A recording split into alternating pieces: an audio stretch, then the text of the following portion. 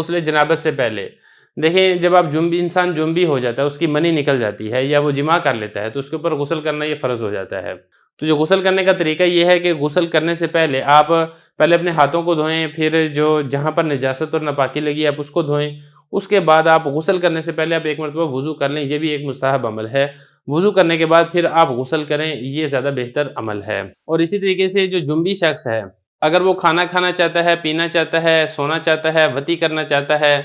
तो ऐसी सूरत के अंदर भी वो पहले वज़ू कर ले, ये उसके लिए मुस्तहब अमल है। ये इसी तरीके से गुस्सा आ गया है, तो गुस्सा भी चूँकि वो एक आग होती है, तो आप उसको वज़ू के ज़रिए से ठंडा कर लें, ये भी एक मुस्तहब अमल है। गुस्से के वक़्त भी आप वज़ू कर लें, उससे एक तो ये है कि आपके गुस्से की शिद्दत कम हो जाएगी, दूसरा ये है कि आप गुस्से की हालत में वो गलत फ़ैसला करने से आप बच जाएँगे।